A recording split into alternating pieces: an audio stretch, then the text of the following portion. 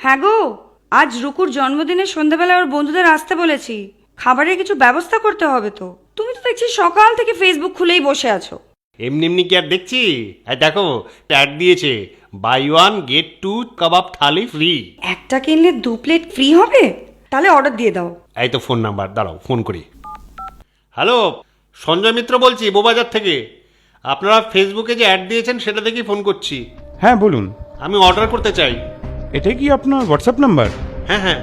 আপনার হোয়াটসঅ্যাপ নাম্বারে একটা অর্ডার কনফার্মেশনের লিঙ্ক পাঠাচ্ছি, আপনি অর্ডার পাঠান।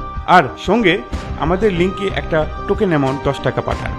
ওকে, এই তো এসে গেছে। এই কটা কাবাব বলবো? 6 প্লেট করলে 18 প্লেট হবে। তাহলে 3 প্লেট করে দাও। ঠিক আছে, করে দিচ্ছি। এই 10 টাকা পাঠিয়ে দিলাম। ব্যাস, অর্ডার হয়ে গেল। যাক, এবার ঘর সাজিয়ে ফেলো। হ্যাঁ। কি আমার ব্যাংক থেকে সব টাকা বেরিয়ে গেল যে? কি বলছো? তাহলে কি নম্বরটা ফ্রড ছিল? ঠিক ধরেছেন মিস্টার সঞ্জয় মিত্র, নম্বরটা ফ্রড। এরকম সোশ্যাল মিডিয়ার মাধ্যমে প্রতারকরা প্রায়ই লোভনীয় অ্যাড দিয়ে চলেছে। ফেক লিঙ্ক থেকে সাবধান। আপনার মতো অনেকেই এই ফাঁদে পা দিচ্ছে। কলকাতা পুলিশের তরফ থেকে জনসাধারণকে সাবধান করা হচ্ছে। ব্যাংক ফ্রড থেকে সাবধান। জেনে রাখুন, ব্যাংক থেকে ফোন করে কখনো তথ্য চাওয়া হয় না।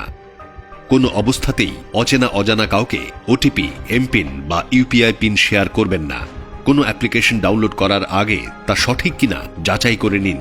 ইউপিআই পিন কেবলমাত্র টাকা পাঠানোর কাজে প্রয়োজন হয়। টাকা পেতে এই পিন লাগে না। অচেনা কোনো লিঙ্ক ক্লিক করবেন না বা ডাউনলোড করবেন না। মনে রাখবেন, ওটিপি হলো রক্ষা কবচ, যা কখনোই কোনো অবস্থাতেই অচেনা অজানা ব্যক্তির সঙ্গে শেয়ার করা উচিত নয়। কলকাতা পুলিশ।